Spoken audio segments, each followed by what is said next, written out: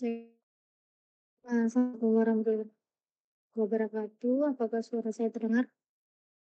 Waalaikumsalam. Waalaikumsalam. Jelas ya? Oke, teman-teman sebelum kita mulai materi, semuanya sudah melakukan presensi?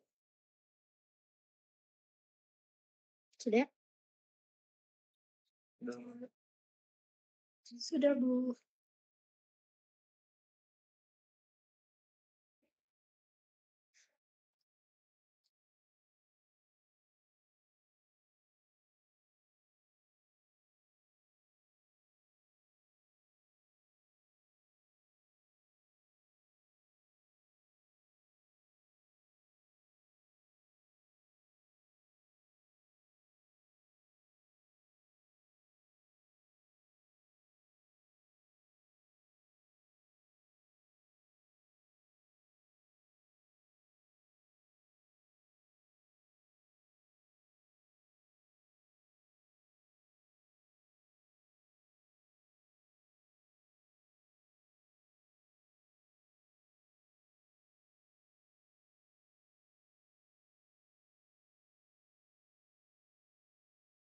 Untuk PPT-nya apakah sudah terlihat?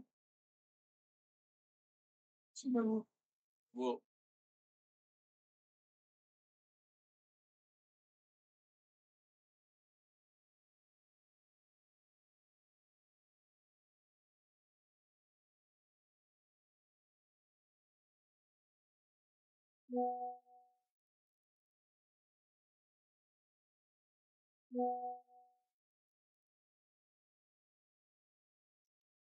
Oke, teman-teman kita mulai ya. Assalamualaikum warahmatullahi wabarakatuh dan selamat siang. Untuk perkuliahan hari ini adalah kuliah pengganti ya untuk minggu kelima. Teman-teman, ya gimana Bu, yang maaf ngerasain? Bu, selalu kecil Bu. Kecil ya suara saya? Iya, Ini saya sudah pakai dua device. Cek, cek. Masih? sudah ini. Masih kecil? Masih kecil, Ferdinand. Sudah Bu. Oke. Nah, ini kita masih minggu kelima ya, jadi masih ada satu minggu lagi pertemuan ya. Kemungkinan besar itu akan saya kasihkan tugas tambahan saja ya setelah materi hari ini. Ya, jadi satu pertemuan itu adalah tugas mandiri. Oke, teman-teman, kita akan bahas sebelumnya kita sudah bahas terkait pemanfaatan batu bara untuk pada proses gasifikasi, likuifaksi, dan pirolisis. Teman-teman juga sudah tahu ya, jadi pemanfaatan setiap proses itu apa saja ya, apakah bahan bakar cair atau kokas ataupun sebagainya. Nah, sekarang kita masuk ke materi kelima ya, terkait potensi bahaya dalam operasional. Jadi di pemanfaatan batu bara ini selain potensi ya, jadi di akhir materi ke 6-7 lah ya, nanti tugas mandiri kalian dan pertemuan ke-7 itu nanti kita akan bahas terkait teknik sampling. Nah, di potensi bahaya dalam operasional kira-kira ya, di dunia pertambangan ya, teman-teman sudah ambil K3 semua? Sudah? Udah Bu, matkulnya Bu. Nggak ada matkul sih Bu, setahu saya matkul K3 udah nggak ada ya? Oke. Nah, untuk di bidang pertambangan ya, seringkali saya tanyakan ya di teman-teman yang sudah KP, slogan apa yang ada ya di setiap perusahaan pertambangan. Nah, slogannya itu pasti adalah safety first. Ya. Kenapa? Karena memang banyak potensi bahaya yang, bisa terjadi. Dari proses, studi, kelayakan yaitu penyelidikan umum sampai dengan, reklamasi ya, kan ada, potensi bahaya yang, ditimbulkan. Nah, potensi, bahayanya itu kira-kira apa saja? Ya, jadi, banyak, faktor ya, jadi ada beberapa faktor yang, menjadi, penyebab utama dalam potensi kecelakaan, dalam operasional ya, taman di sini kita bagi, 3 ya. Yang paling, banyak, atau paling, besar ya potensi bahayanya itu ada ada 3 faktor ini. Jadi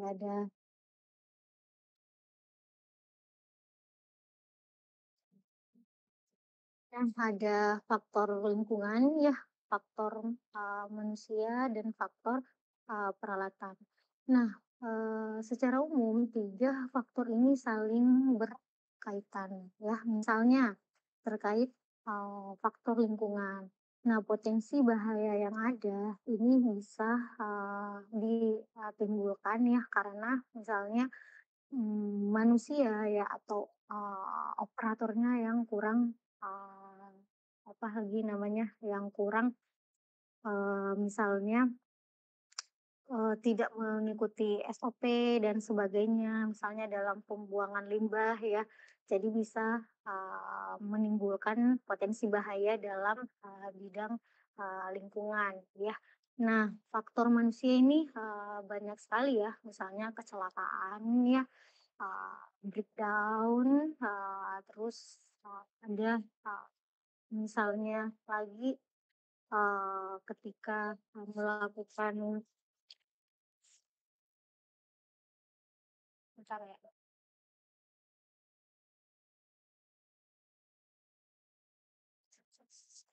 oke. Ya tadi ya dalam, zona faktor, manusia tadi ya misalnya, dalam, penentuan misalnya dalam penentuan, faktor keamanan ya, ada kekeliruan. Nah bisa, menimbulkan potensi bahaya yang cukup besar. Misalnya ya tunnel yang, memiliki, bidang lemah ya, sehingga bisa, roboh, runtuh, dan sebagainya.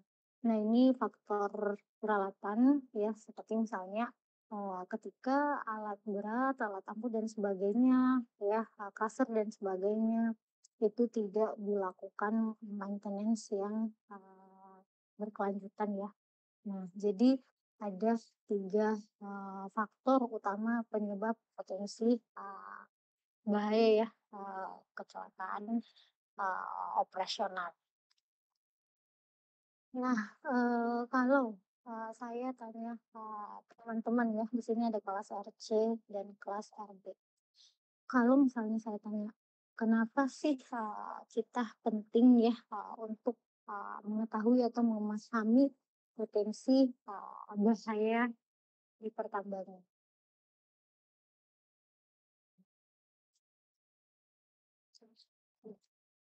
Yuk, satu orang raise hand.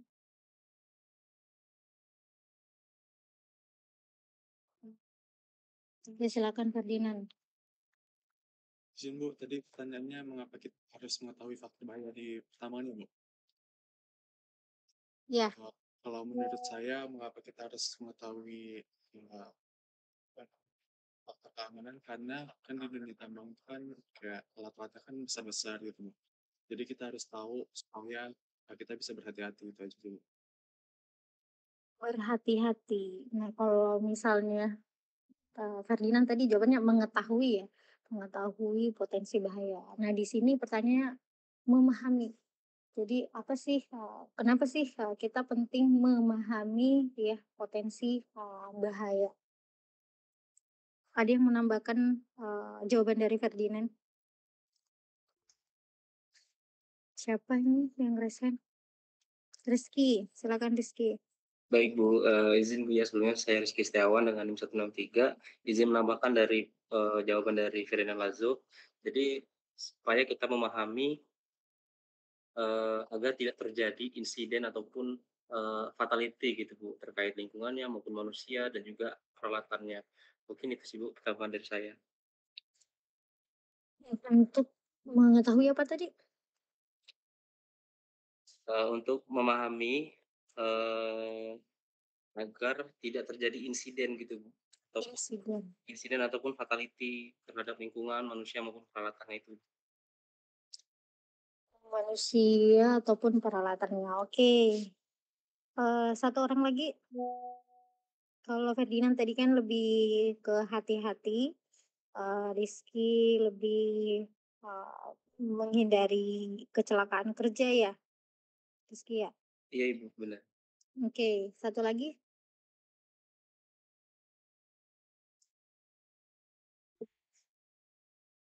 Oke, ada 2 orang ya. Siapa nih? Henry. Silakan Henry. Mungkin izin menjawab, Bu. Yang pertama mungkin itu meningkatkan efisiensi dan produktivitas, di mana maksudnya ini lingkungan kerja yang aman itu membuat pekerja lebih fokus dan percaya diri, sehingga produktivitas itu meningkat. Kemudian yang kedua itu ada mengurangi biaya operasional. Bisa sekali ini otomatis menyebabkan kerugian yang besar, di mana itu ada biaya pengobatan, terus kerusakan alat, sehingga menyebabkan terjadinya operasi pertambangan itu berhenti. Mungkin sekian, terima kasih. Oke, terkait, produktivitas ya dan ekonomi ya. Silakan Raffi. Sebenarnya yang lainnya sudah menyebutkan cukup lengkap ya, Bu, ya. Mungkin saya sedikit menambahkan saja, untuk identifikasi potensi bahaya itu kan sebenarnya lebih ke kita bisa melakukan tindakan pencegahan, kemudian kita dapat melakukan, tindakan pemulihan apabila terjadi insiden dan untuk, dijadikan pelajaran juga ke depannya. Sebenarnya kalau untuk utamanya itu saya lebih menekankan kalau misalkan identifikasi kecelakaan operasional itu untuk melakukan efisiensi dari operating cost, di mana kalau misalkan terjadi insiden itu kan, produktivitasnya bakal terhenti tuh, otomatis, beberapa jam atau bahkan hari-hari, apabila terjadi insiden itu kan operasionalnya jadi tertunda, itu ekonominya. Kemudian, betul juga kata Henry, kalau misalkan terjadi insiden juga melakukan kompensasi baik dari, karyawannya maupun terjadi pencemaran lingkungan, apalagi terdapat property damage dari faktor peralatan yang kita gunakan. Kemudian kredibilitas perusahaan juga semakin besar nama perusahaan seharusnya mereka semakin menekankan tingkat safety-nya. Jadi apabila tingkat safety dari perusahaan itu tidak dapat diidentifikasi dengan baik dan mereka tidak memiliki tindakan penanggulangannya, biasanya ya mereka dapat dicap buruk juga lah dari segi sosial maupun Dari sosial maupun? dengan kebijakannya. Terima kasih. Oke. Terkait Jadi, kebijakan pemerintahnya, Bu. oke. Jadi, kurang lebih, sudah ada ya, garis merah ya atau, kata penting ya dari, kenapa sih kita harus, penting kita harus memahami, potensi bahaya ya. Ya, salah satunya itu. Nah, tapi paling penting sebenarnya kan, ya, bidang pertambangan ya. Jadi kan ada, pekerja ya dan ada, perusahaan. Nah, kenapa, kita harus memahami potensi itu tadi ya sesuai dengan slogannya ya, safety first. Jadi nyawa, eee, seorang itu sangat berharga ya. Seorang misalnya, eee ayah ya atau bapak yang mencari nafkah ya, punya keluarga di rumah yang nunggu ya, di rumah, eee, berharap ya bapaknya bisa pulang dalam, kondisi selamat. Nah itu ya teman-teman yang paling penting ya sebenarnya. Jadi, untuk, melindungi kesehatan dan, keselamatan di, tempat kerja ya. Nah untuk, selanjutnya ya mungkin yang terkait, ekonomi, terkait, apa, kegiatan atau kelancaran dari, proses penambangan ya, itu, faktor-faktor, eee, berikutnya. Nah, di sini ya, jadi di sini ada, beberapa, tindakan ya yang tidak aman. Jadi sebenarnya potensi bahaya itu, juga bisa terjadi itu, karena, si manusianya tadi ya, ada faktor, manusia.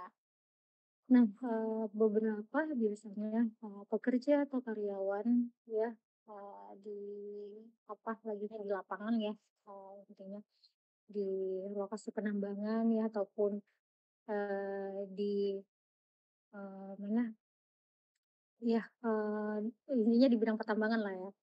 Nah, biasanya manusianya ini, memang tidak mengikuti SOP ya.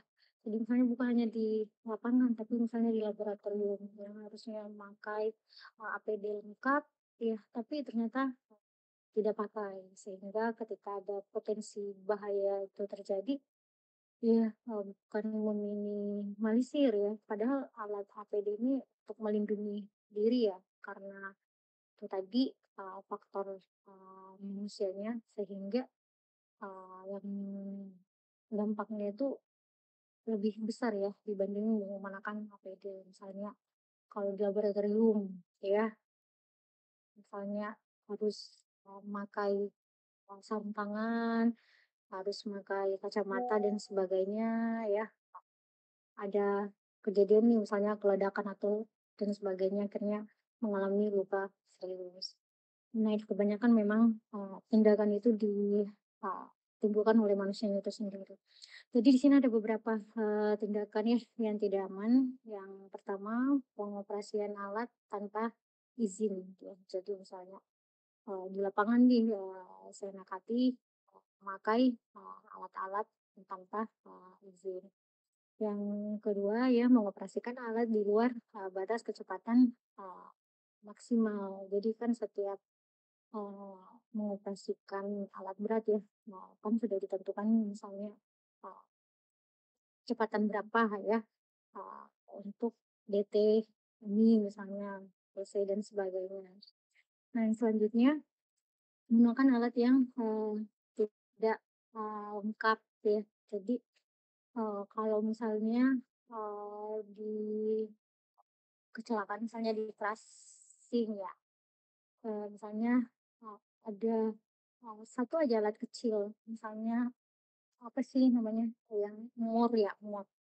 Nah, kita anggap itu adalah, hal kecil ya, nggak papalah, nggak apa-apa, nggak usah dipasang dulu kayak gitu. Akhirnya ketika alat klasing itu, bekerja, ya menimbulkan, kecelakaan kerja ya, kerusakan, pada alat klasingnya dan sebagainya. Nah, ini ya masuk ke yang keempat ya, menggunakan alat yang, eee, rusak. Selanjutnya tidak memakai, APD ya, entah itu di lapangan ya ataupun maupun di laboratorium. Yang selanjutnya merokok di tempat yang terlarang ya, bekerja dengan posisi tidak benar, bekerja di bawah pengaruh alkohol, sampai dengan mengabaikan perintah atau peraturan, larangan dan yang lain. Jadi memang, tindakan ini lebih ke manusianya ya. Jadi ini, ada beberapa, tindakan yang, tidak aman. Nah, sehingga apa, yang ditimbulkan ya dari tindakan yang, tidak aman tersebut. Ya, misalnya, mengoperasikan alat tanpa izin ya, jadi, seenaknya menggunakan misalnya DT atau, eksa ya tanpa sepengetahuan, atasan dan sebagainya. Nah, apa yang bisa, terjadi ya, misalnya si alatnya ini ya seperti ini ya, jadi, posisinya bisa, eee, mengalami ya kecelakaan, di, lokasi. Nah, ini, ada gambaran juga ya, Misalnya kita harus uh, cek dulu nih ya, misalnya cek dulu kesehatan dari alat beratnya, ya dari bahan bakarnya, ya dari remnya dan sebagainya. Yang selanjutnya itu harus memiliki SIM ya, pasti ya ini ya. Jadi pasti ada. Nah, yang selanjutnya itu ya berkendara dengan aman ya, dengan kecepatan yang sudah ditentukan dan juga memakai APD lengkap. Jadi itu salah satu yang bisa dikurangi ya untuk uh, apa lagi namanya kecelakaan kerja di lokasi. Nah, ini contoh juga ya, ada beberapa contoh terkait misalnya mengoperasikan alat-alat di luar batas kecepatan maksimal tadi ya, ngebut ya.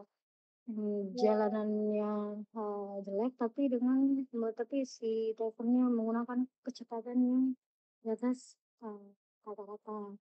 Ya, jadi di atas kecepatan maksimal itu bisa menimbulkan kecelakaan kerja. Ataupun tadi yang saya sampaikan, misalnya alat alatnya itu tidak lengkap ya, jadi komponen dari alatnya itu tidak lengkap ya, sehingga bisa menimbulkan kerusakan alatnya dan juga bisa menimbulkan kecelakaan kerja. Jadi ini salah satu contoh juga ya, nah ini nih, tidak menggunakan APD ya, tidak menggunakan APD. Jadi kalau ada material yang jatuh dari atas, ya sudah langsung kena kepalanya ya, entah itu benjol, berdarah ya, ataupun ya hal-hal yang tidak diinginkan itu bisa terjadi. Ya kadang-kadang kita sudah menggunakan APD lengkap pun ya, itu masih bisa menimbulkan ya luka, ya memar dan sebagainya. Oke, nah kalau misalnya merokok di tempat terlarang ya, karena memang ada beberapa spot ya, itu dilarang merokok. Misalnya kalau di tambang yang sudah lumayan besar itu biasanya ada stasiun pengisi bahan bakarnya tersendiri ya untuk setiap alat beratnya. Di situ salah satu lokasi terlarang ya untuk merokok. Nah, ini ada gambaran bekerja dengan posisi tidak benar ya. Jadi alat ini harusnya berputar tapi dengan posisi yang tidak benar ya, tangan ini ya bisa fatal ya, ini bisa tangannya bisa terketok. Oke, ini beberapa contoh lagi ya, kita lewati saja. Nah, selanjutnya kita masuk ke pertanyaan berikutnya. Apa potensi bahaya dan risiko dalam operasional bekerja? Kalau misalnya kita bicara ya potensi bahaya dan risiko. Nah, teman-teman, tahu tidak bedanya apa bahaya dan resiko? Coba satu orang resen.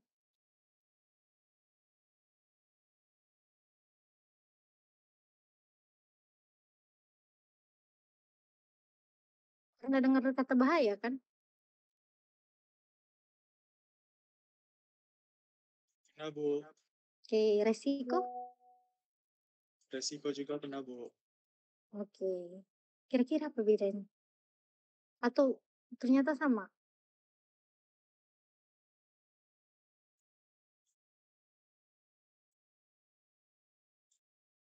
Kalau resiko itu kegiatan yang akan menimbulkan, kalau bahaya itu memang sudah pasti.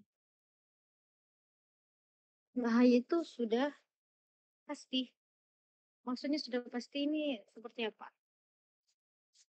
Maksudnya kalau ini kalau misalnya ada api gitu, terus kayak itu udah pasti berbahaya kalau misalnya kita dekat. Resiko? Kalau resiko itu masih yang kayak kalau misalnya kita Kalau apa? Kalau kita apa?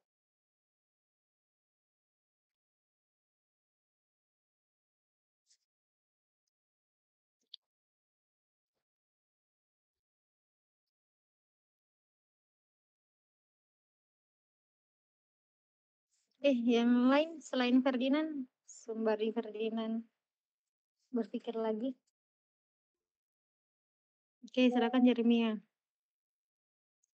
Kalau bahaya itu Bu, seperti potensi dari suatu aktivitas tersebut Bu. Sedangkan resiko ini adalah akibat yang terjadi ketika kita sedang dalam kondisi bahaya tersebut. Contohnya Bu, aktivitasnya perbaikan mesin. Nah, bahayanya itu ada oli yang tumpah atau bahan bakarnya Bu. Kemudian resikonya terpleset dan terbakar. Gitu Bu. Oke, yang lain jelas ya? Coba satu orang lagi kasih contoh resiko dan bahaya. Perbedaan resiko dan bahaya. Contohnya.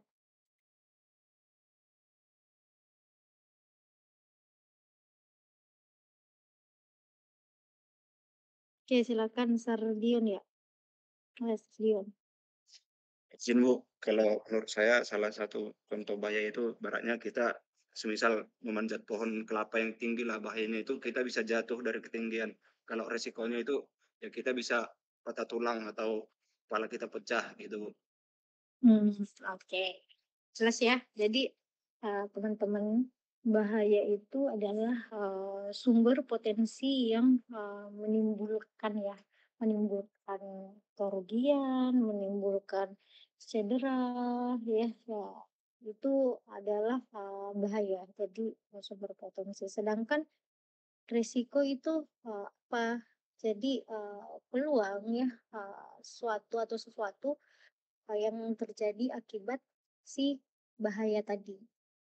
Nah, kalau misalnya bahaya tadi ya terkait jatuh dari pohon, ya itu kita sudah tahu nih jatuh dari pohon, ya. Jadi apa lagi namanya?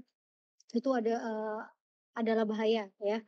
Nah, untuk resikonya apa? Ya, entah itu dia patah kaki, patah tangan, ya, apalagi misalnya cuman encok saja, itu resikonya, ya.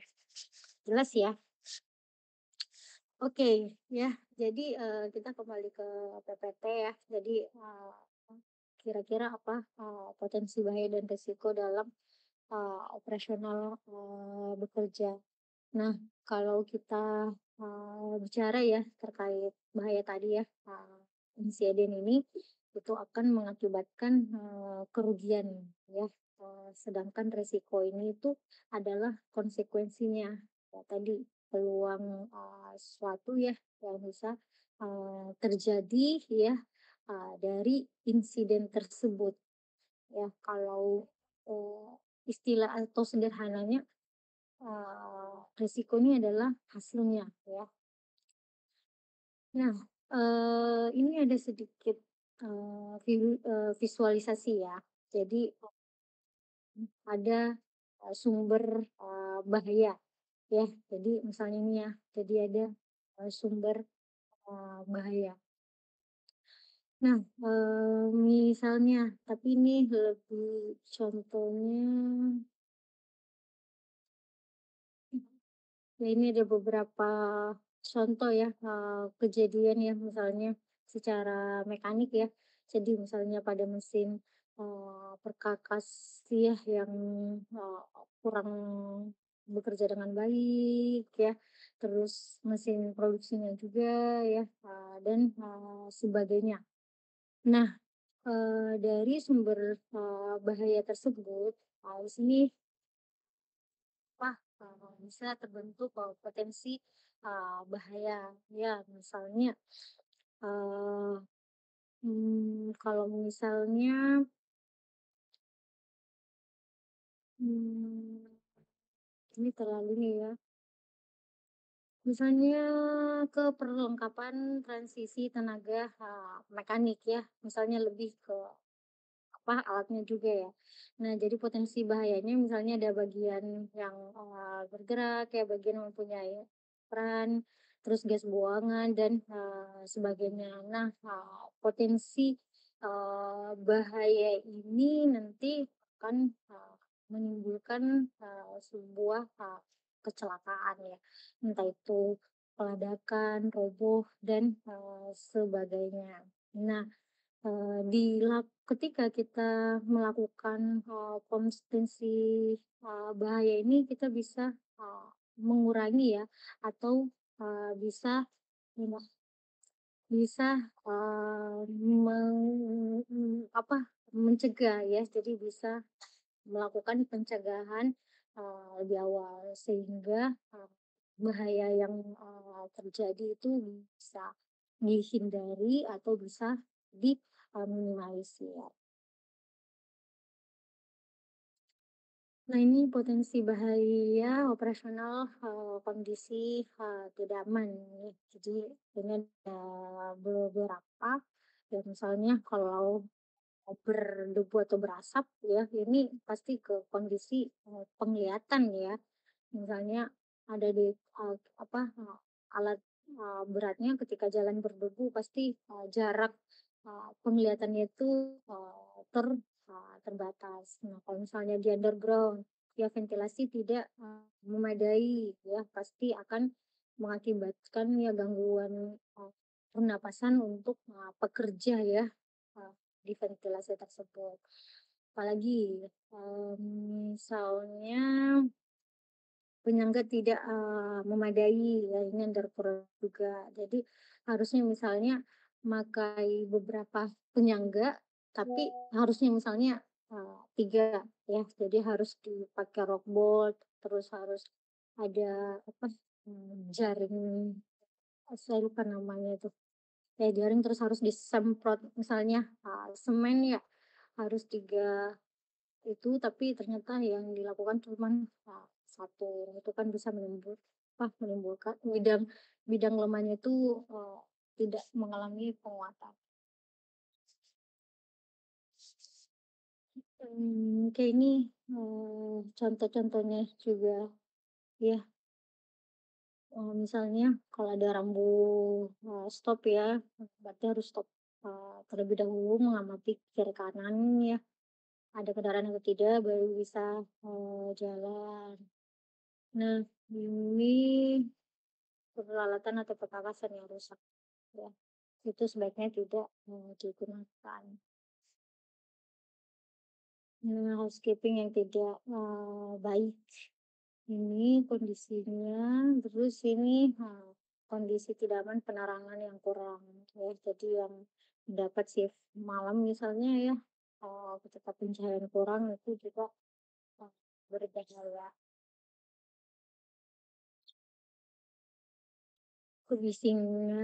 Kalau kebisingan lebih mengganggu pendengaran ya. Terus ini ventilasi tidak memadai, terus ini terkait temperatur ya. Jadi kalau bisa ya temperaturnya itu ya tidak rendah ataupun tidak terlalu tinggi.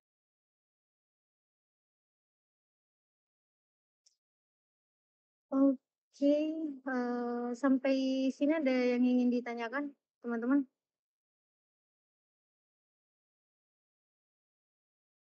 Oke, lanjut ya.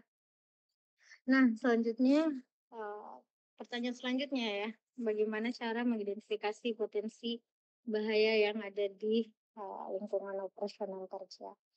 Nah, jadi yang pertama ya, kita harus mengumpulkan ya informasi ya terkait seluruh bahaya yang bisa muncul ya, atau potensi bahaya yang ada di tempat kerja ya.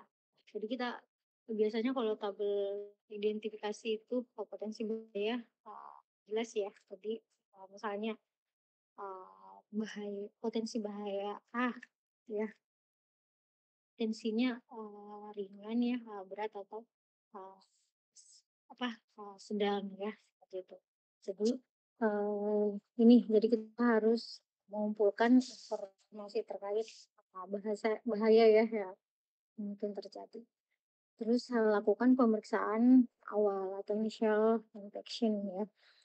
Jadi ini juga harus dilakukan ya, jadi inspeksi awal ya, ini untuk mengidentifikasi bahaya tersebut apakah ya Mbak itu merupakan bahaya baru atau bahaya yang sudah terjadi sebelumnya. Nah, bagaimana ini untuk mengendalikan potensi bahaya tersebut ya. Jadi di sini ada beberapa ya, jadi ada eliminasi, substitusi, dan perancangan. Jadi ketika kita sudah tahu nih potensi bahaya yang terjadi ya, jadi kita lihat nih dari identifikasi yang sudah dilakukan, kira-kira bahayanya ini bisa dihilangkan atau tidak ya. Ya kalau misalnya tidak bisa dihilangkan berarti kita harus meminimalisir. Nah selanjutnya substitusi. Jadi misalnya kita sudah mengidentifikasi nih bahwa alatnya ini mengakibatkan potensi bahaya yang cukup fatal misalnya ya. Nah, sehingga kemungkinan ya kita mengganti ya alat tersebut ya, atau misalnya ada kegiatan yang potensi bahayanya besar ya, diganti, bukan diganti ya, maksudnya kita mencari jalan keluar ya, supaya ya tidak menimbulkan atau tidak kayak namanya si potensi bahaya itu minim ya. Jadi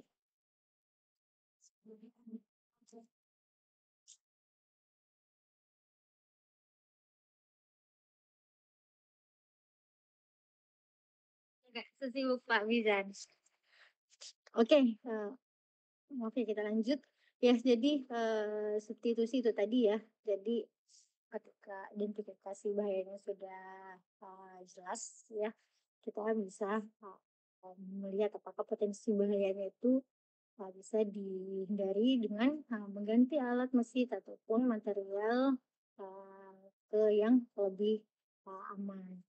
Atau yang selanjutnya perancangan ya. Jadi perancangan dari identifikasi masalah tersebut ya, coba kita cari jalan keluarnya dengan misalnya memodifikasi si alat ya, atau misalnya misalnya terkait material ya, gimana supaya si material ini misalnya tidak terpapar dan sebagainya. Jadi perancangan ini ke apa lagi supaya si potensi bahayanya ini berkurang ya, atau misalnya menjadi jadi kalau misalnya terkait kita bicara potensi itu pasti ada ya, cuman itu tadi kita mau minimalisir potensi tersebut ya. Nah, selanjutnya apa sih tujuan kita untuk mengetahui keselamatan dari potensi bahaya operasional. Jadi di sini kita bisa mencegah ya, atau ya melakukan ya pencegahan agar karyawan tidak mendapatkan luka, cedera, atau mati. Jadi potensi bahaya atau risiko paling besarnya itu adalah ini ya, meninggal ya. Nah, yang selanjutnya tidak terjadi kerusakan alat, material, atau produksi. Jadi tujuannya kita bisa mengetahui ya ada alat yang rusak atau material yang rusak. Nah, selanjutnya upaya pengawasan terhadap 4M. Tadi manusia, material, mesin, dan metode kerja. Itu adalah ya 4M yang semuanya saling berkaitan. Nah, 4M ini dapat memberikan lingkungan kerja yang aman dan nyaman sehingga tidak terjadi kecelakaan. Kalau 4M ini udah kita ketahui potensi apa yang bisa terjadi. Teman-teman, ada yang ingin ditanyakan?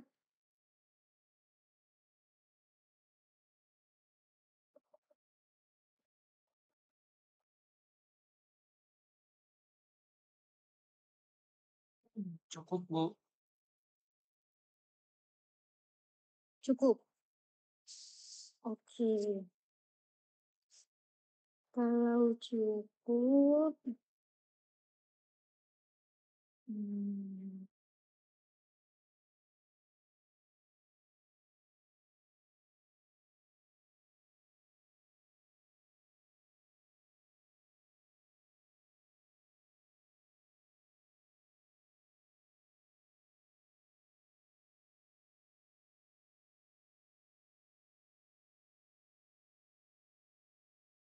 nah, apakah sudah terlihat? Lihat, Bu. Nah, ini teman-teman untuk eh, apa kuliah pengganti untuk pertemuan ke-6 ya. Jadi materinya minggu ke-6 itu dasar-dasar teknik sampling batu bara.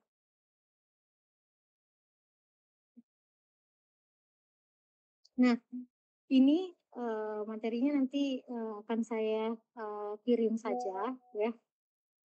Nanti teman-teman silakan dikerjakan ya, dikerjakan secara individu. Cari studi kasus terkait teknik sampling ya. Di sini sudah ada beberapa metode ya. Jadi misalnya ada channel sampling ya, ataupun gap sampling, ya core sampling dan sebagainya. Jadi di sini di materinya sudah ada beberapa metode. Nah, teman-teman silakan cari studi kasus ya dari jurnal ya yang berhubungan dengan teknik sampling batu bara. Jelas ya untuk tugasnya? Ya, Bu. Jelas ya? Oke, tugasnya saya kasih waktu 1 minggu ya, berarti sampai ini hari apa? Hari Jumat, hari Kamis ya, hari Kamis hari Jumat jam 1 siang dikumpulkan di prodi ya. Jadi dikumpulkan di prodi, boleh di print ya, prodi ya, sudah kasusnya boleh di print. Untuk jumlah referensinya minimal 5 ya.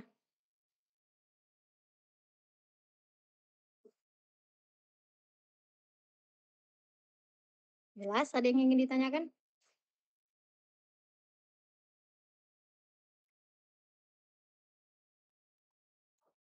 Oke, silakan Bertanya, Bu, Imam. untuk kuliahnya itu secara individu apa dikumpulin ke ketua kelas ya, Bu? Dikumpulkan ke kelas saja. Ke ketua kelas saja. Oke, Bu, makasih. Oke. Oke, ada lagi? Oke, kalau tidak ada nanti di minggu ke depan ya, minggu depan kita akan bahas terkait studi kasus kalian. Nanti akan saya pilih ya secara acak siapa yang akan mempresentasikan ya studi kasusnya terkait dasar-dasar teknik sampling batu bara. Oke, teman-teman, mungkin itu saja untuk hari ini ya. Jadi karena sangat sulit ya untuk menentukan kelas pengganti. Jadi kelas penggantinya saya gantikan dengan tugas mandiri. Minggu depan sudah minggu ke 7 ya? Iya, Bu, minggu Nah, ke-7. minggu ke-7. Nanti kita akan bahas terkait dasar teknik sampling ini dan juga terkait teknis dari ujian tengah semester. Oke, kalau tidak ada yang ingin ditanyakan, itu saja teman-teman untuk hari ini. Ya, terima kasih. Saya akhiri kelasnya. Mohon maaf jika ada salah kata. Wabillahi taufiq wal hidayah. Wassalamualaikum warahmatullahi wabarakatuh dan selamat siang. Waalaikumsalam warahmatullahi wabarakatuh. Terima kasih.